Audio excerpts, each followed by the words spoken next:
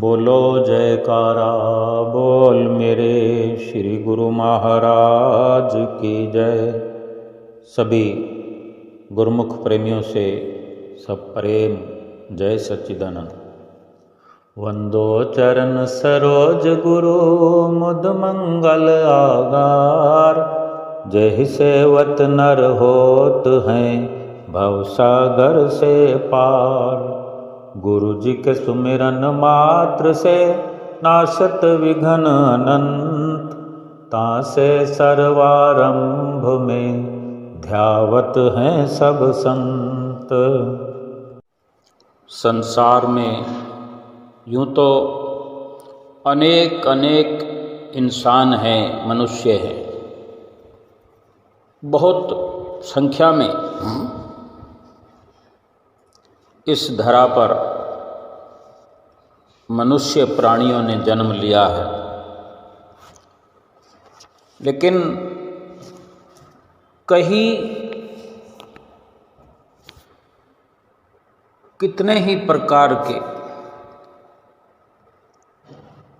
कहीं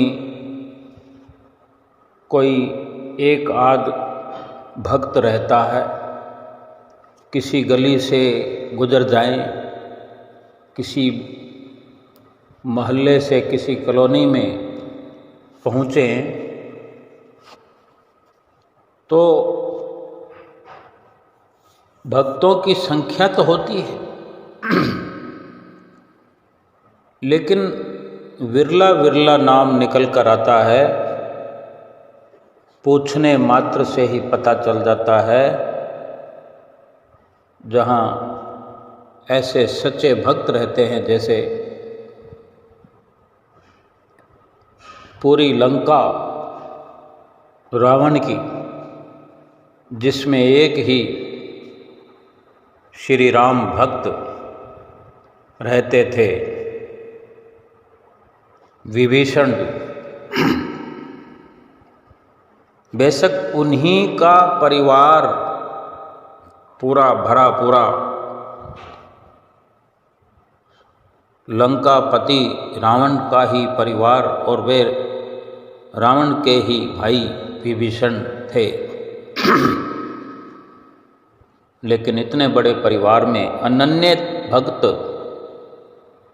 विभीषण जी ही निकलकर सामने आए। एक अपने आप से प्रमाणित हो गया कि भक्त कैसे होते हैं, भक्तों की संख्या कम क्यों होती है। ये भी विचार करने वाली बात है कि संसार भर में सच्चे भक्तों की संख्या कम होती है, क्योंकि संसार में ज्ञान पर आधारित ज्ञान के अनुसार ज्ञान पर अमल करने वाले भक्त जो हैं विरले विरले कोई होते हैं। ठीक इसी तरह जैसे जंगल में हम सुनते हैं, देखते भी होंगे जिन जिन को अवसर मिलता है, लेकिन समझते सभी हैं। जो उदाहरण महापुरुष प्रस्तुत करते हैं हमें समझाने के लिए, ठीक प्रकार से हमें समझ में आता है कि जैसे जंगल में, बड़े बड़े जंगल, घने घने जंगल होते हैं, हम ट्रेन में सफ़र करते हैं, एरोप्लेन में भी सफ़र करते हैं, ऊपर से बहुत बड़े बड़े इलाके जहाँ पर कोई बस्ती नहीं, घने जंगलों से भरे पड़े होते हैं। ट्रेन में भी सफ़र करते हैं तो कई किलोमीटर का एरिया ऐसा होता है जहाँ दूर दूर तक कोई आबादी के निशान नहीं होते, पेड़ ही पेड़ हैं वहाँ पर। भाव कहने का है कि पेड़ तो जंगल में अनेकों पैदा होते हैं, और वहाँ कोई पेड़ लगाने नहीं जाता, अपने आप पैदा होते हैं। मनुष्य के लिए भी यही निश्चित समझना चाहिए कि अपने कर्मों के अनुसार, प्रारब्ध के अनुसार वो इस धराधाम पर आते हैं, जन्म लेते हैं। जरिया तो कोई ना कोई बनता ही है। ये कुदरत की रची, कुदरत की रचाई ये रचना है। परमपिता परमेश्वर की ये सृष्टि जो रचाई गई है, सृष्टि रचयिता परमपिता परमेश्वर ने हर प्रकार से यहाँ पर सुनिश्चित किया है अपनी मौज से।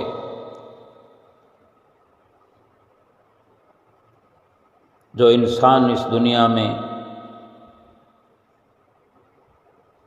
आए हैं, वनस्पतियाँ, जैसे ये हम पेड़ पौधों की बात करते हैं कि जंगल में अनेकों पेड़ होने पर भी वहाँ पर चंदन के पेड़ कितने होते हैं।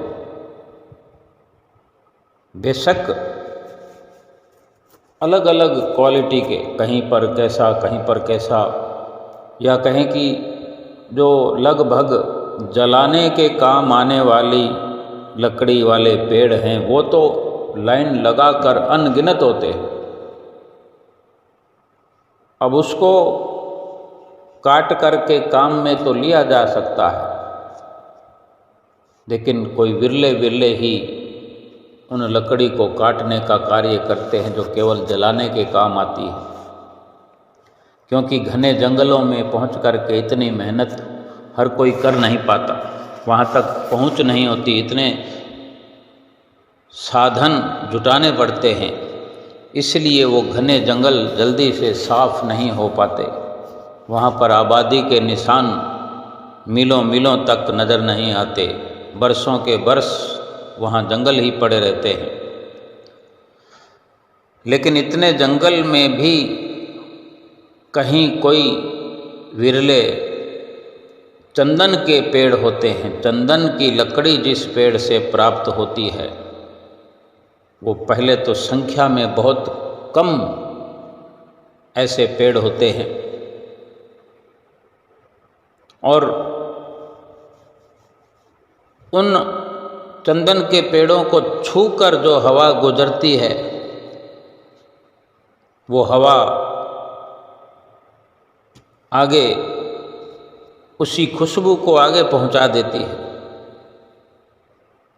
ये चंदन के पेड़ की महिमा है, खूबी है, गुण है कि पेड़ तो कहीं खड़ा है लेकिन उसकी खुशबू ये प्रमाणित करती है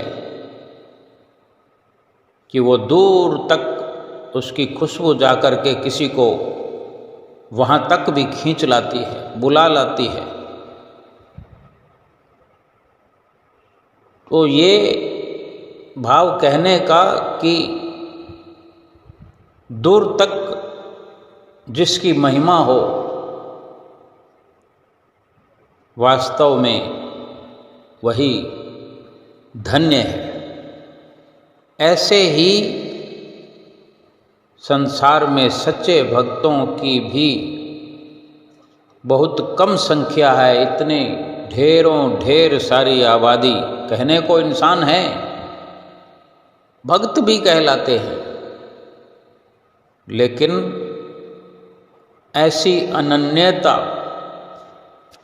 जिनकी भक्ति प्रमाणित होती हो, जिनकी भक्ति की महक, जिनकी भक्ति की खुशबू दूर तक जाकर के खींच लाती हो, जो उनसे भक्ति की शिक्षा प्राप्त कर लेना चाहते हो, किसी की चाहत हो जाए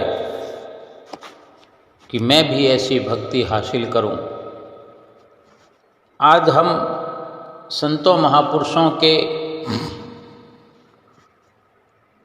नज़दीक पहुंच करके उनकी शरण में, उनकी शरण ग्रहण करके किस प्रकार हम समय समय पर चल पड़ते हैं। हम श्री दर्शनों को जा रहे हैं, श्री आनंदपुर जा रहे हैं, श्री प्रयागधाम जा रहे हैं, कोई कहता मैं संत नगर जा रहा हूँ, कोई संत नगर की आज्ञा मंगवाने के लिए यत्न में लगा हुआ है, कोई श्री आनंदपुर श्री दर्शनों के लिए जाने के लिए कुटिया पर आश्रम पर बाई जी से जाकर के आज्ञा पत्री तलब करता है, कोई टिकट रिजर्वेशन करवाने में लगा हुआ है। श्री गुरु महाराज जी ने तो किसी को नहीं कहा कि तुम आओ, लेकिन कुछ तो हर किसी को इशारा मिलता ही है। ये सतगुरु की महिमा है, उनकी भक्ति की खुशबू है, उनकी प्रेरणाओं का जोरदार असर गुरुमुख प्रेमियों के हृदय में होता है। वो सतगुरु की प्रेरणाओं से प्रेरित होकर इतने इतने हजारों मीलों की दूरी पर दौड़े चले आते हैं अपने सतगुरु का दर्शन पाने के लिए, उनसे भक्ति हासिल करने के लिए। फिर उन्हीं भक्तों में से भी कुछ चंद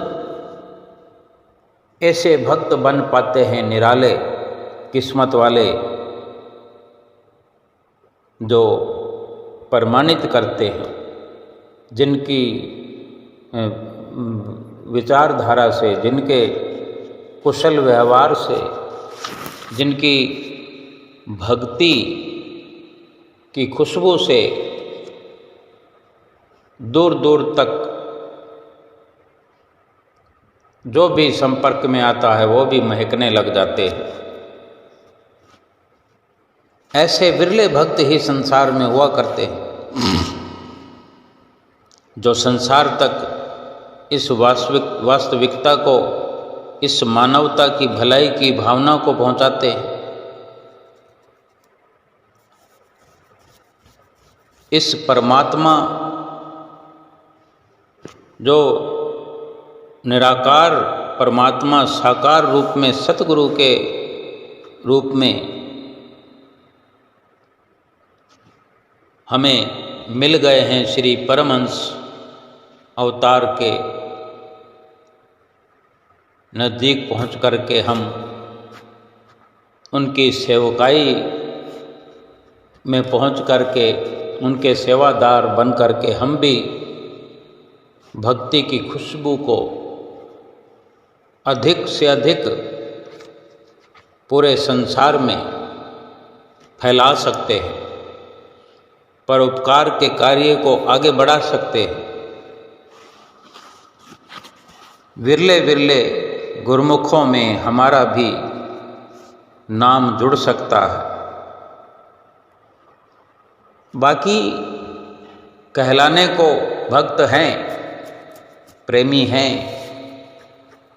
जैसे माता पिता के 4, 5, 6 बच्चे होते हैं, पुत्र पुत्रियां मिला करके, माता पिता के लिए सभी उन्हीं के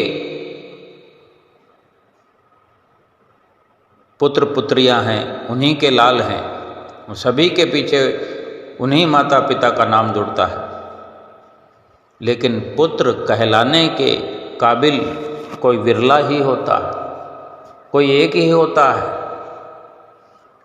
ऐसे ही थोड़ी सी विपदा आने पर भाग खड़ा होता है जो वो पिता की माता की प्रसन्नता प्राप्त नहीं कर सकता। जो दुख में माता पिता के साथ खड़ा हो, जो एक आवाज़ में, एक इशारे में हाजिर हो जाए, पुत्र कहलाने के काबिल वही होता है। ऐसे ही भक्त भी आसान परिस्थितियों में भक्ति करता रहे, ज्ञान बघाड़ता रहे, लेकिन थोड़ी सी विपदा आने पर, कोई शारीरिक कष्ट आने पर, कोई आर्थिक मुसीबत आने पर मानसिक परेशानी होने पर सब कुछ भुलाकर पीछे हटने लगे, वो भक्त नहीं होता। क्यों? कि जो असली भक्त होता है, गुरबाणी में कथन है, दुख दारू सुख रोग भया, कि जो दुख परमात्मा से जोड़ दे या परमात्मा से जोड़े रखे या परमात्मा से अधिक नजदीकियां बना दे,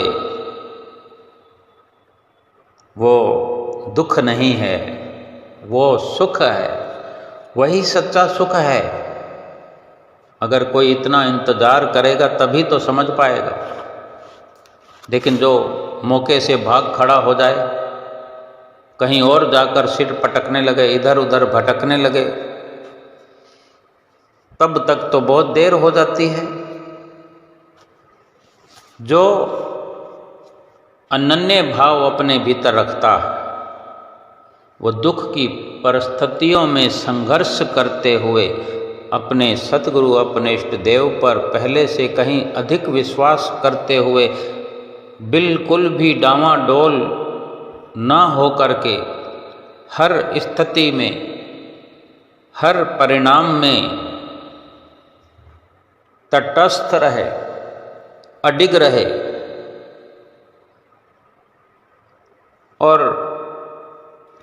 थोड़ी देर में जब दुख के बादल छट जाते हैं तो ऐसे भगत का भीतर से अंतर हृदय और भी अधिक पाक साफ सुथरा हो जाता है, निखार आ जाता है।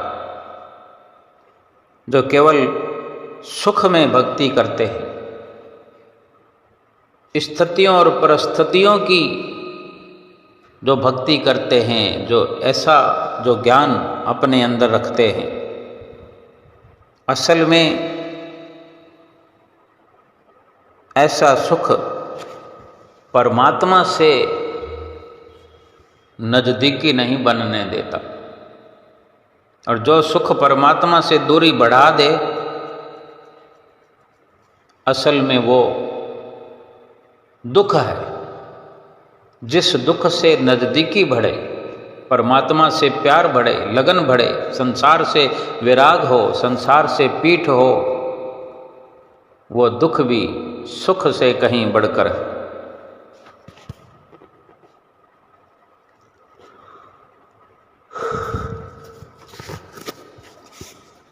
विरले विरले गुरमुख प्रेमियों में, विरले भक्तों में हर वक्त अपने सतगुरु की याद बनी रहती है। और जिसे सतगुरु की याद हर वक्त अंतर हृदय में बनी रहती है, वही अपने हृदय की सूक्ष्म शरीर की शुद्धि कर सकता है, पाक साफ कर सकता है। सूक्ष्म शरीर की शुद्धि सिर्फ भगवान की, सतगुरु की याद बनी रहने से होती है। ये जो शरीर है, शक्तियों का भंडार है। इस शरीर में अथाह शक्तियां हैं, शक्तियों का अनफुट खजाना है। इसलिए अगर याद का अभ्यास करते रहेंगे तो ये सूक्ष्म शरीर जो है शुद्ध हो जाएगा। इसे सुधारने का कोई और तरीका नहीं है, इसको शुद्ध करने का कोई और साबुन नहीं है। सतगुरु की याद, परमात्मा की याद बनी रहे। और ये जब अभ्यास करते हैं, निरंतर अभ्यास से फिर ये स्थिति पैदा हो जाती है कि भुलाए भी सतगुरु की याद भुलाई नहीं जा सकती।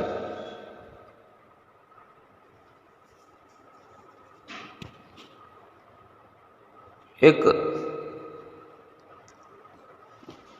3 तरह के शरीर हैं। हम कहने को एक मुकम्मल शरीर का जिक्र करते हैं कि मनुष्य शरीर हम लेकर आए हैं। इस मनुष्य शरीर में भजन भक्ति हो सकती है, मनुष्य शरीर में ही अभ्यास हो सकता है। ये शरीर भी 3 तरह के, लेकिन ये तीनों आपस में जुड़े हुए हैं और ये तीनों एक दूसरे से जुड़े हुए होकर एक दूसरे को प्रभावित करते रहते हैं। 3 शरीर कौन से हैं? स्थूल शरीर, सूक्ष्म शरीर और तीसरा है कारण शरीर यानी संकल्प शरीर। इंसान जैसा बाहर से दिखता है, यानी जो बाहरी व्यवहार करता है इंसान, हम ये खुद अपने आप से विचार कर सकते हैं। विचार करने मात्र से ही हमारा ज्ञान बढ़ने लगेगा।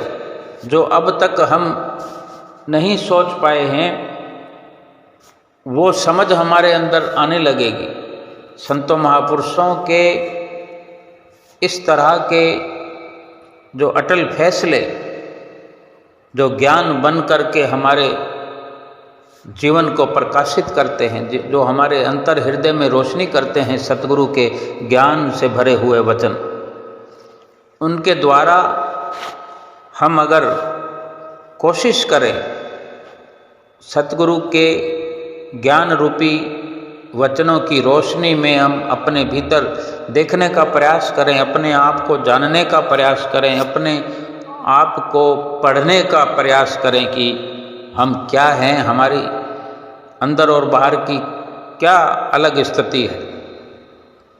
जो कि महापुरुष ऐसा कहते हैं कि जैसा इंसान बाहर से दिखता है, यानी जो बाहरी व्यवहार है, बाहर हम दूर दूर तक जैसा व्यवहार करते हैं, जैसे हम छल करते हों, किसी से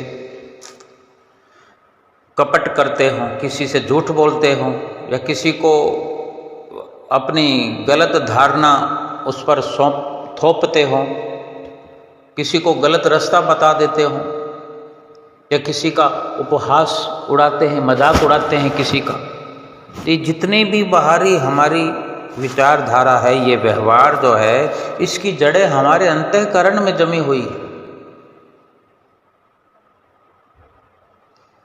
बाहर से हम स्थूल शरीर में हैं, ये मोटे मोटे रूप में जो दिखता है, लेकिन इसी के साथ जुड़े हुए 2 शरीर और हैं, सूक्ष्म और कारण। एक दूसरे को सपोर्ट करते हैं, प्रभावित करते हैं। जैसे अंदर कुछ है, बाहर कुछ है, ये अलग अलग हो गया। हमने बाहर से कुछ किसी के लिए कर दिया तो हमको किसी ने कुछ करते हुए देख लिया। जैसे हमने किसी की मदद की, किसी को कुछ दान कर दिया, किसी को कुछ खिला दिया, किसी गिरे हुए को उठा दिया। ये बाहरी प्रक्रिया है। हमें ऐसा करते किसी ने देख लिया तो यही चर्चा होगी कि फलां व्यक्ति ने ऐसा ऐसा ऐसा कर दिया। अब हमने किसी के लिए अच्छा किया, हो सकता है हमारे अंदर कुछ अच्छा करने की इच्छा नहीं थी, कभी कभार हो गया, लेकिन एक व्यवहार ऐसा होता है जो नित्य प्रति का होता है, आदतन स्वभाव में होता है।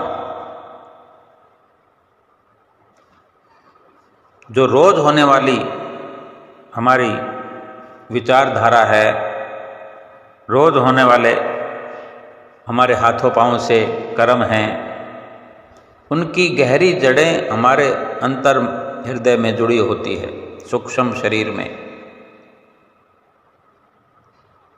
बाहर जैसा हम करते हैं वो हमारे अंदर से जुड़ाव होता है, अंतःकरण में वो जड़ें गहरी होती हैं।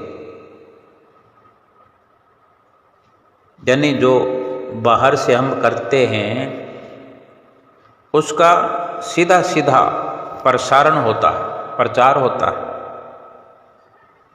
कि ये इंसान भीतर से अच्छा ही है। और अब अगर हम स्वाभाविक या व्यवहारिक बाहरी तौर से हम ठीक नहीं हैं, तो बाहर से हम कैसे ठीक हो सकते?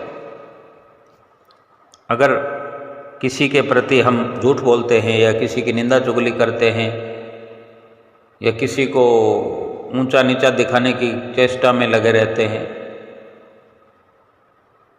तो बाहर से इसका कैसे सुधार किया जा सकता है? सुधार तो भीतर से होगा। जहाँ जड़ें जमी है, जहाँ बुराई की जड़ें जमी है, उनको उखाड़ कर फेंकना होगा। अंतःकरण अगर हमारा बुरा है, धूमिल है, धूल से भरा हुआ है, मिट्टी से भरा हुआ है, विकार भरे हुए हैं, पाप भरे हुए हैं, तो अंतःकरण को हम अपने कैसे सुधारें? जैसे दलदल में कोई हाथी फंस जाए। अब जिक्र तो चींटी का भी कर सकते हैं कि दलदल में कोई चींटी फंस जाए, या कोई छोटे मोटे जीव जंतु का नाम ले सकते हैं। हाथी का ही जिक्र है यहाँ पर कि हाथी बलशाली है, बड़े बड़े पेड़ उखाड़ देता है, बड़ी बड़ी दीवारें ढा देता है हाथी। उसको गिराने का, तोड़ने का, उखाड़ने का बहुत कुशल तरीका भी है, कुदरती है। आज अगर हम समझें कि हाथी की तरह ही मशीनरी आज बनी हुई है, उपलब्ध है संसार में, जेसीबी मशीन है जिसको बुलडोजर कहते हैं। हाथी की सूंड की तरह उसका पंजा होता है। जिस मकान के बाहर छज्जे को वो पकड़ लेता है, फिर वो अपनी जोर से कैसे देखते ही देखते उस छज्जे को नीचे धराशायी कर देता है। कहीं पर इधर से, कहीं पर उधर से, ऐसे थोड़ी थोड़ी चोटें मारते हुए पूरे मकान को गिरा देता है देखते ही देखते। यानी काफ़ी ताकतवर माना जाता हाथी। अगर वो हाथी दल दल में फंस जाता है तो फिर क्या वो अपने आप को निकाल सकता है? वो जितना जोर लगाएगा और धंस जाएगा अंदर, दलदल में और धंसता जाएगा। कोई उसका जोर, उसकी चतुरता काम नहीं आएगी। दूसरे हाथी ही मिलकर उस हाथी को दलदल में फंसे हुए को बड़ी चतुरता से बाहर निकाल कर ला सकते हैं और लाते हैं। एक माली पौधों को सींचता है तथा बेकार बेकार जो टहनियाँ होती हैं उनकी काट छांट भी करता है। एक किसान उपयोगी जानवरों को पालता है, जंगली जानवरों को भगाता है। ये हम समझ रहे हैं कि अपने अंतःकरण को कैसे सुधारा जा सकता है, इसी की चर्चा हम कर रहे हैं। सीखने का, समझने का प्रयास कर रहे हैं कि जैसे किसान अपनी इच्छा से, अपनी योग्यता से जानवरों को पालता है, लेकिन जंगली जानवरों को वो नज़दीक नहीं आने देता, क्योंकि वो उसकी फसल को चौपट कर देते हैं। उपयोगी जानवर जो होते हैं उनका उपयोग करके उसी फसल की जंगली जानवरों से रक्षा करता है किसान। ऐसे ही अपने अंदर सात्विक वृत्तियों, विचारों की रक्षा करनी है। अपने ही भीतर सात्विक वृत्तियाँ, सात्विक विचार बढ़ाते चले जाएं, और जो बुरी वृत्तियाँ हमारे दिलो दिमाग में, अंतःकरण में भरी पड़ी हैं, उनको बाहर निकालते रहे। बुरी परिस्थितियों से, सूक्ष्म कमजोरियों से बचते रहे। सूक्ष्म कमजोरियाँ हमारे भीतर सूक्ष्म शरीर में, जो हम बाहर अक्सर बोलचाल की भाषा में हम कह देते हैं, मैं सिमरन नहीं कर सकता, ये मेरे से नहीं होगा, मैं सेवा तो कर लूँगा, लेकिन उसमें भी थोड़ी देर में मैं तो थक गया हूँ। इससे तो अच्छा था कि इतनी देर में मैं कोई काम कर लेता, कुछ कमाई कर लेता, मैं कुछ आराम कर लेता। मैं तो बिना मतलब के, बिना कारण ही मैं थक चुका हूँ, शरीर मेरा दुखने लगा है। ये सूक्ष्म कमजोरी है, जो जड़ें हमारे अंदर इसकी बनी हुई है। इन कमजोरियों से सदैव बचते रहे। ये भला बुरा जो चिंतन हम करते हैं, वैसा ही हमारा स्वभाव बन जाता है। हमारी प्रकृति बदलना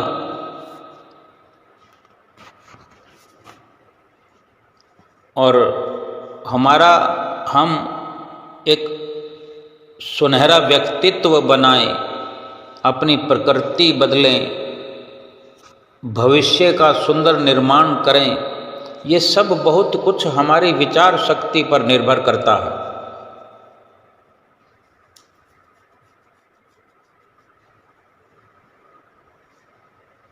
बारूद को बंदूक की नली में डालकर किसी भी दिशा में बंदूक को कर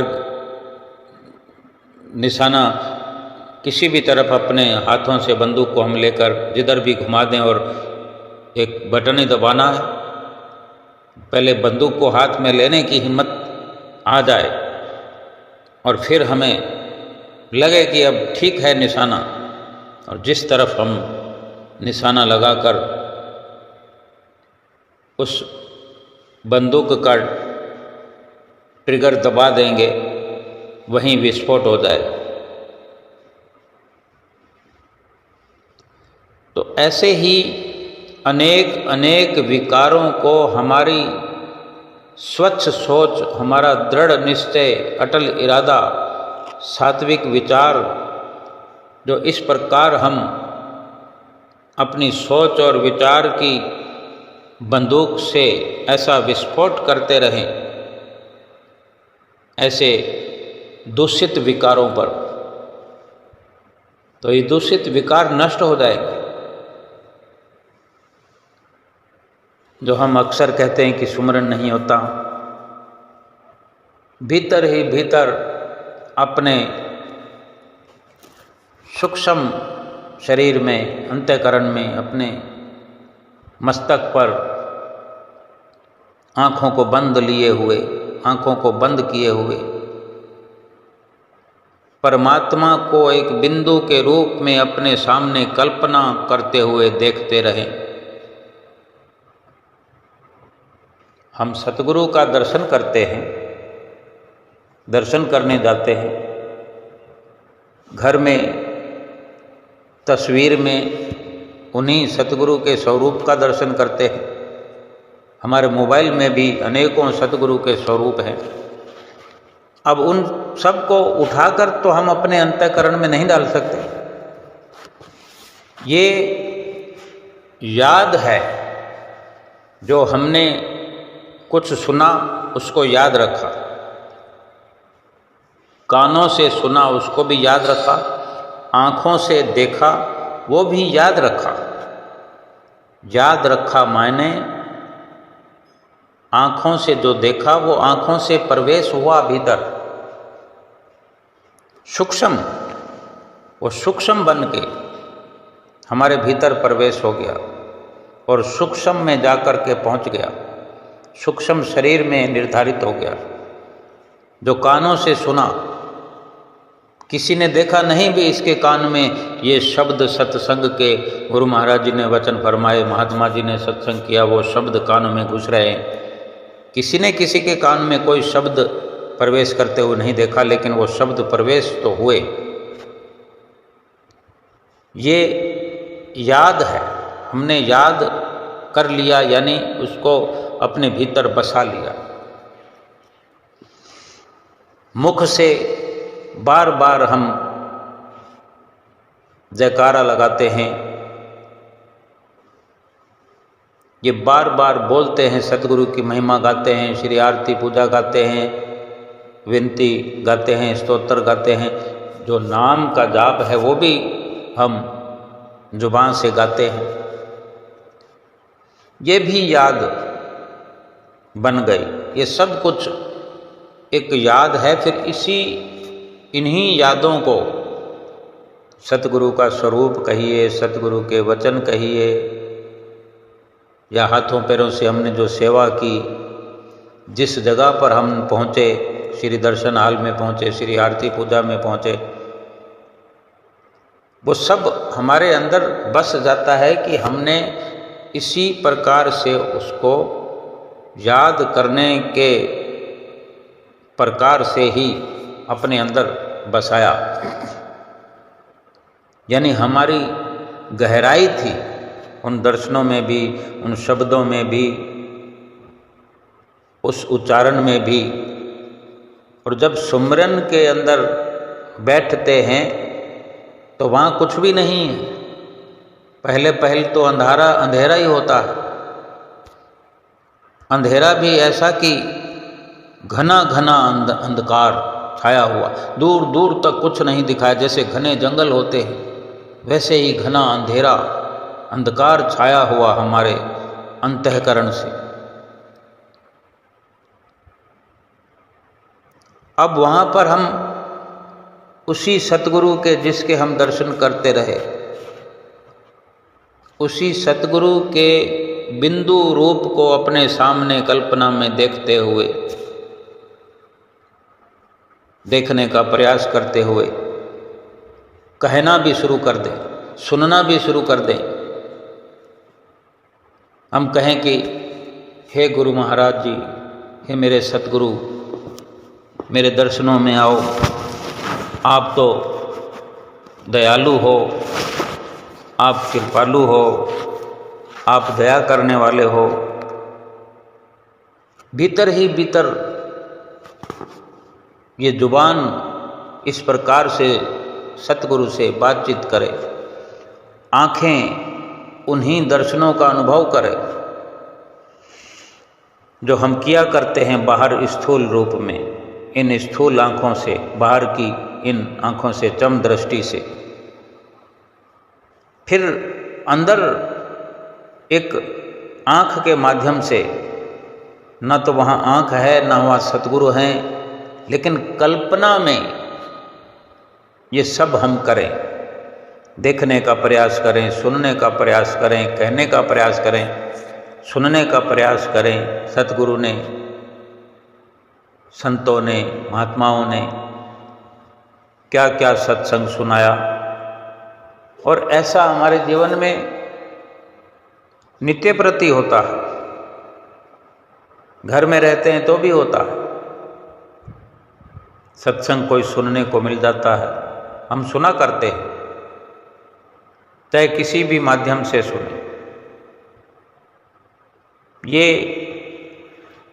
एक साधक को, एक सच्चे भक्त को आज के इस युग में बड़ा ही सुलभ अवसर प्राप्त है।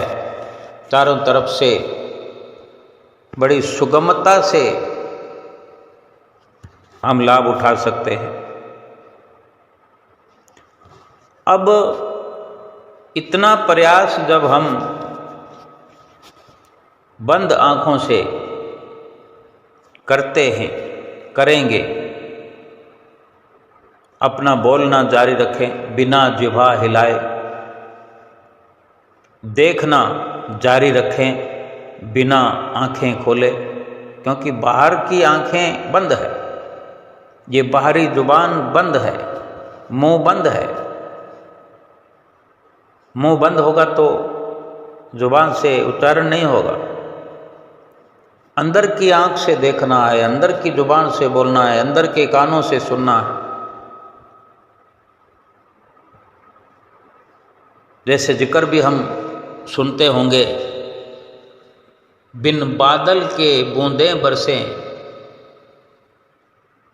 बिन सूरज रहे उजाला,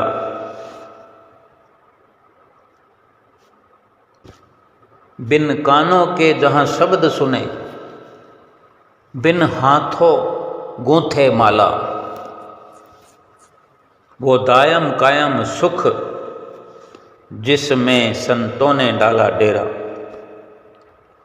जब संतों के विचार हमारे अंदर प्रवेश करते हैं, संतों के दर्शन जब हमारे भीतर प्रवेश करते हैं, संतों की संगत का असर जब हमारे भीतर होने लगता है, तो बिना हाथों के ही माला जपना शुरू हो जाता है, बिना जुबान के बोलना शुरू हो जाता है, बिना कानों के सुनना शुरू हो जाता है और बिना आँखों के दिखाई देने लगता है।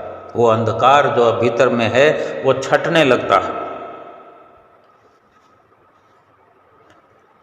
अगर बड़ी कोई बाधा आती है तो वो यह है कि बेईमानी से कमाया हुआ धन हमारी बुद्धि को भ्रष्ट किए होता है, और ऐसे ही धन से कमाया हुआ कोई पदार्थ, कोई खान पान की वस्तु, कपड़े इत्यादि, ये इस भजन सुमरन के मार्ग में रुकावट डालते हैं। इसीलिए बार बार जब ऐसा याद का अभ्यास बनता है, सतगुरु को हम स्वरूप रूप में देख करके याद करने की कोशिश करते हैं, उनके वचन सुन करके उन्हें याद करने की कोशिश करते हैं, उनकी महिमा गा करके उन्हें याद रखने की कोशिश करते हैं, तो ये जो बुरे विकार, बुरे विचार, बुरे संस्कार हमारे अंदर गहरे हुए हैं, ये नष्ट होने लगते हैं सतगुरु के प्रताप से, सतगुरु के दर्शन मात्र से, उनके वचनों की रोशनी से अंधेरा मिटने लगता है। सतगुरु के दर्शन मात्र से पापों की घनिष्ठता जो है वो नष्ट होने लगती है। वो जो अंधेरा है वो सतगुरु के वचनों की रोशनी से छटने लगता है, अंधेरे के बादल समाप्त होने लगते हैं। लेकिन जीव जब तक प्रयास न करे, अपने आप को अनन्य न बनाए, केवल अपने आप को मात्र भगत बनाने की कोशिश करे या एक अपने आप को इंसान कहलाने की कोशिश करे, कोशिश ऐसी हो कि हम प्रमाणित कर सकें कि हाँ, हमने मनुष्य का जन्म लिया है और ये जन्म खास है, तो खास कार्य इस मनुष्य जीवन में हमने करना है। और जो ये माया की दलदल में हम फंसे हैं, ये मन है फंसाने वाला, और ये मन है हाथी के समान। मन बड़ा ताकतवर है, इसको निकालने के लिए इससे भी बड़ा शक्तिशाली जो सतगुरु का बख्शा हुआ नाम है, उसकी मदद से, उसके सहयोग से ये जीव ये मन और माया की दलदल से बाहर आ सकता है। जब जब भी हमारा हृदय अंतःकरण अशुद्ध होता है हमारे असत्य भाषण से, हम देखते हैं कि समय समय पर हम जो झूठ बोल जाते हैं, झूठ बोलना बड़ा आसान लगता है, अपने आप को अच्छा बनाने के लिए झूठ बोल देते हैं, लेकिन वो झूठ कब तक रहेगा? खुल जाएगी पोल। छल करते हैं किसी से ठगी करते हैं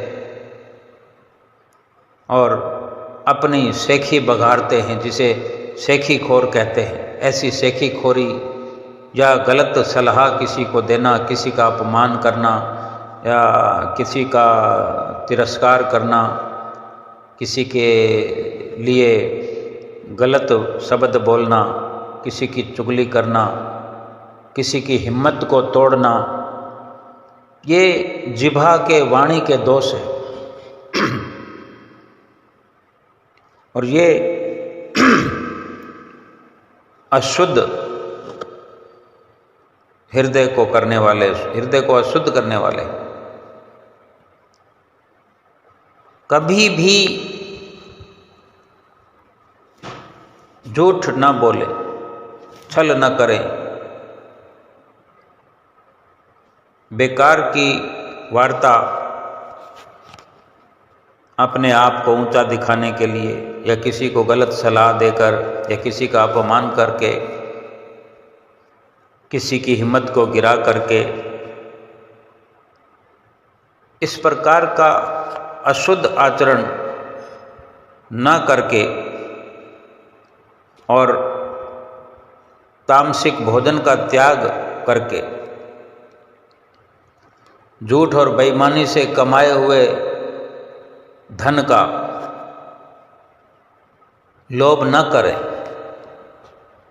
जितना भी मिले, अधिक मिले कम मिले, ये न सोचें कि इस प्रकार से अगर हम कमाई करेंगे तो अधिक धन कमा सकते हैं। इस प्रकार से करो या उस प्रकार से, यानी बेईमानी से करो या ईमानदारी से, धन उतना ही मिलेगा जितना मुकद्दर में है। 1 रुपया भी हम बेईमानी से नहीं कमा सकते ज़्यादा, लेकिन वो हमारा फैसला है कि हमें किस प्रकार से कमाना है, बेईमानी से कमाना है या ईमानदारी से। ये हमारी सोच है। ये सोच हमारे लिए, हम अपनी सोच के लिए, अपने नज़रिए के लिए, विचार के लिए हम स्वतंत्र हैं, लेकिन मिलेगा उतना ही। अब हम खुद विचार कर सकते हैं कि जब 1 रुपया भी हम चाह कर ज़्यादा नहीं एकत्र कर सकते, तो फिर झूठ और बेईमानी और छल कपट से क्यों कमाना है? क्यों तामसिक भोजन का सेवन करना है? क्यों किसी से झूठ बोलकर, किसी का अपमान करके, किसी की हिम्मत हौसला को गिरा करके? और अगर इन सब से बचने की कोशिश हम करते हैं तो हमारी आवाज़ में, हमारी बोल में, हमारी बोलचाल की भाषा में एक शक्ति निर्धारित हो जाती है। सुनने वाले को असर होता है, प्रभावित होता है सुनने वाला। और जो सत्य बोल करके नेक इरादों से किसी का मार्गदर्शन करता है, तो कुदरती शक्तियाँ सब इस शरीर के अंदर प्रवेश तो होती ही हैं, लेकिन वो जागृत हो जाती हैं। कुदरती शक्तियाँ जागृत होकर के ऐसे इंसान का मनोबल बढ़ाती है, जो किसी को हौसला देता है, जो किसी को भक्ति की राह पर चलने की ताकत देता है। जब हमारा आहार विहार संतुलित रूप से निर्धारित हो जाता है, ईमानदारी से काम करना है, ईमानदारी का रुपया कमाना है, ईमानदारी का ही रुपया खर्च करना है, और ईमानदारी के खर्च किए हुए से शुद्ध धन जो हमारे घर में आता है, रहता है, चाहे थोड़े से थोड़ा भी क्यों ना हो, वही हम खर्च करते हैं, वही एकत्र करते हैं। तो फिर ऐसा ही हमारा आहार विहार हो जाता है, ऐसा ही रहन सहन हो जाता है, ऐसी विचारधारा हो जाती है। फिर हमारा शरीर भी रोगी नहीं होता, स्वस्थ रहता है शरीर, और स्वस्थ शरीर ही साधना का उचित एक वाहन है, सवारी है। ये शरीर एक तरह का वाहन है। इस शरीर पर जीवात्मा सवार है। हवाई जहाज कह लो, किश्ती कह लो, नाव कह लो। अगर ये स्वस्थ है, ये सवारी, ये वाहन, ये गाड़ी अगर बढ़िया है चलने में, तो सफ़र करने का मज़ा आएगा। जो इस पर सवार है जीव, उसका सफ़र बढ़िया होगा। भजन सुमरन इस शरीर से करना है। अगर शरीर स्वस्थ है तो भजन सुमरन करने का सैकड़ों गुना, हजारों गुना अधिक लाभ मिलता है। हम स्वयं के लिए विचार करें कि हम कभी कहते हैं घुटनों में दर्द हो रहा है, कभी पाँव में दर्द हो रहा है, कभी कमर में दर्द हो रहा है, अभी आंख दर्द होने लगी, यानी हजारों हजारों आवाजें आने लगती है, छोड़ दो छोड़ दो। ये शरीर जिस काम के लिए मिला है, उसी काम को करने के लिए शरीर ये लाचार हो जाता है। हमारी ही विचारधारा के कारण, हमारे ही व्यवहार के कारण, हमारे ही स्वभाव के कारण गलत गलत तरीके से हम जो अपने इस जीवन को चलाने में लगे हुए हैं। अगर हमारा दृष्टिकोण दुष्ट है तो बेशक ये हमारे कुसंस्कारों का परिणाम है। मानसिक हलचलें सूक्ष्म होती हैं तथा वो गुम होती है, अदृश्य होती है। उन्हें समझने के लिए सूक्ष्म दृष्टि उघाड़नी पड़ेगी। भीतर में हमारे क्या चल रहा है, सूक्ष्म शरीर में क्या चल रहा है, वो दिखाई नहीं देती मोटे रूप में, हमें खुद को ही दिखाई नहीं देती। उनको देखने के लिए जो हमारी सूक्ष्म दृष्टि है, अंतर्दृष्टि है, उसको ज्वलंत करना पड़ेगा। उस आँख को, उस तीसरी आँख को खोलना पड़ेगा। इस आध्यात्मिक क्षेत्र में महापुरुषों ने जो किया है, जो लिखा है, जो वर्णन किया है, जो हमें सत्संग के माध्यम से सुनने का अवसर मिलता है, उसका अध्ययन करें। अध्ययन करके और उस सतगुरु को अपने मस्तक पर विराजमान करके, याद करके, उन्हें, उनके वचनों को याद करके, उनकी महिमा को गा के, उनके दर्शनों को याद करके देखने की कोशिश करते हुए अपने मस्तक पर ध्यान जमाएं। इस प्रकार हम अपनी मानसिक स्थिति को उत्कृष्ट कर सकते हैं, निखार सकते हैं। मानसिक स्थिति को अच्छा बनाने की, श्रेष्ठ बनाने की विधि कोई विरला ही जानता है। अक्सर लोग 90% से भी अधिक लोग सिर्फ दिमाग से काम कर रहे हैं। आज हम अनुभव कर सकते हैं, हमें कितने कितने लोग मिलते हैं। कई बार हम कहते हैं कि ये कैसा आदमी है, ये कैसे लोग हैं, कहते कुछ हैं, करते कुछ हैं। कहते हैं कि मैं इधर जा रहा हूँ, लेकिन वो उधर खड़े हुए नजर आते हैं। वो दिमाग से काम करते हैं। कहते कुछ हैं, करते कुछ हैं, सोचते कुछ हैं।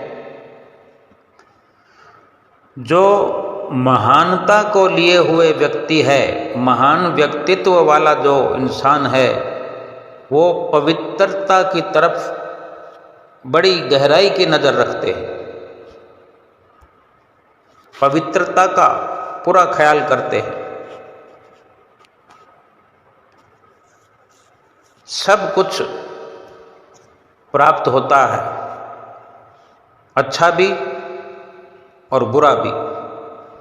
अब हम स्वयं विचार करें कि हमें अच्छाई ग्रहण करनी है या बुराई।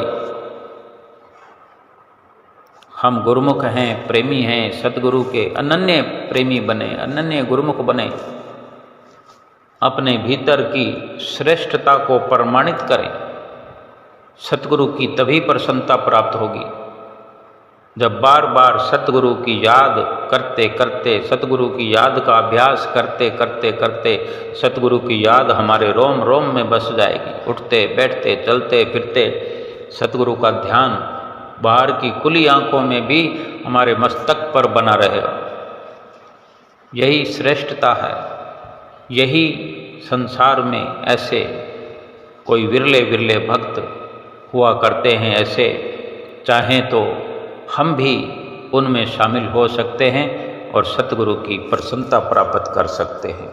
बोलो जयकारा बोल मेरे श्री गुरु महाराज की जय।